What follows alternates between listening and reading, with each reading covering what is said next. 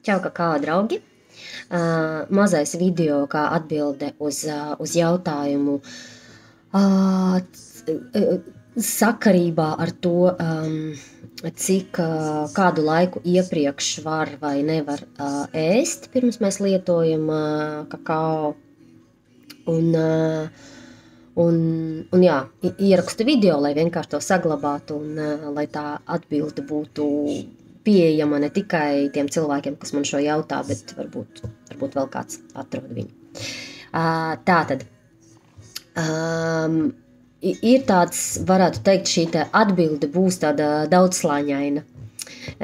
Ņem to, kas der tieši tev šajā brīdī. Tātad, pirmkārt atgādināšu, kad kakao pats par sevi, ceremoniālais kakao, gan vieglākā devā, porcijā, gan it īpaši, ja sāc palielināt devas un savienot kopā ar savām apzinātības praksēm, meditācijām vai lieto kā augu medicīnu, kā ceremonijās, tad, protams, šis dzēriens jau ir kā ēdiens. Ja tu lieto viņu, piemēram, tā, kad tu vari aizvietot kādu ēdienreizi, jā, tad mēs saprotam, ka visdrīzāk iepriekšējā ēdienreize vai nu tā ir bijusi, nezinu, iepriekšējā vakarā, jā, ja tu gatavo kakao no rīta, un tad tīri dabiski tev ir tukšs vēders, ja tu aizvieto viņus kā brokastis, vai ja tu gatavojies kādai meditācijai, apzinātības praksei vai ceremonijai, tad mēs gatavojamies, protams, arī gan fizisko, gan garīgo ķermeni, un tam arī parasti, pirms kakao uzņemšanas ir kādas 1 līdz 2 stundām, vēlamais 2 stundas, lai tomēr kakao tiek uzņemts tukšā dušā, uz tukšu vēdriņu.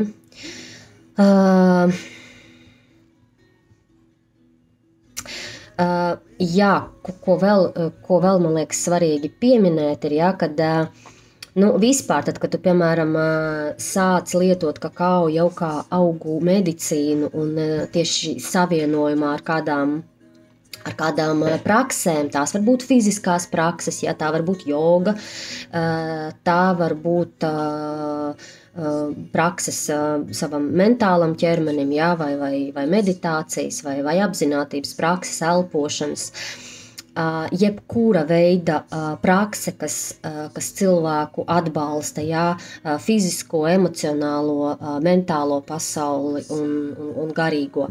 Tad, protams, kad mēs dodamies šādās pieredzēs, mēs tīri dabiski arī pirms tam mēs neēdam, jā. Kāds iespējams ievēro kādu ēšanas askēzi, ja, vai uz kādu noteiktu laiku, vai gavēni, vai tīri nolemis, nezinu, būt uz kakao medicīnas diētas.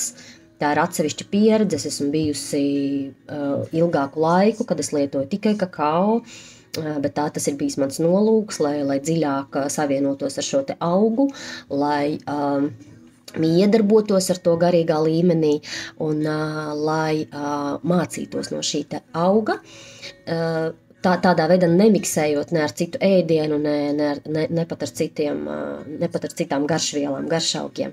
Bet tas ir vēl atsevišķs stāsts, kas jau ir tāds padziļinātāks. Ja jums arī interesē šī tēma, varu padalīties, jā, ar šo te pieredzi, tā kā ar cilvēkiem, ar kuriem mēs tiekamies klātienē vai kaut kādās darbnīcās, protams, es ar to visu dalos, bet ir kaut kādas lietas, ko es pat vairs nerakstu un nepublicēju, jo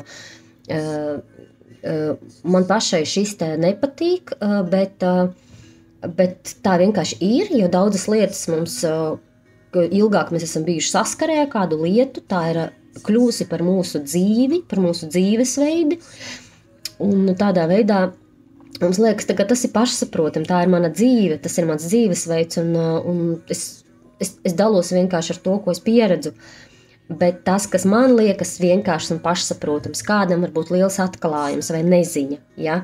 Tāpēc droši rakstiet, jautājiet, scrollējot Instagramā šos stāstus manā profilā, jo viņu ir bijuši ļoti daudz jau, Ir mājaslapā arī vairāki stāsti un rakstiņi izveidoti par kakao.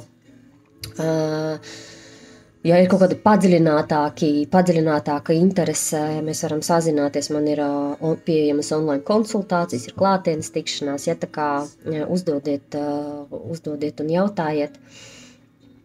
Tātad, jā, ceru par šo te īsumā ir skaidri. Ja padziļinātāk, tad rakstiet un jautājiet.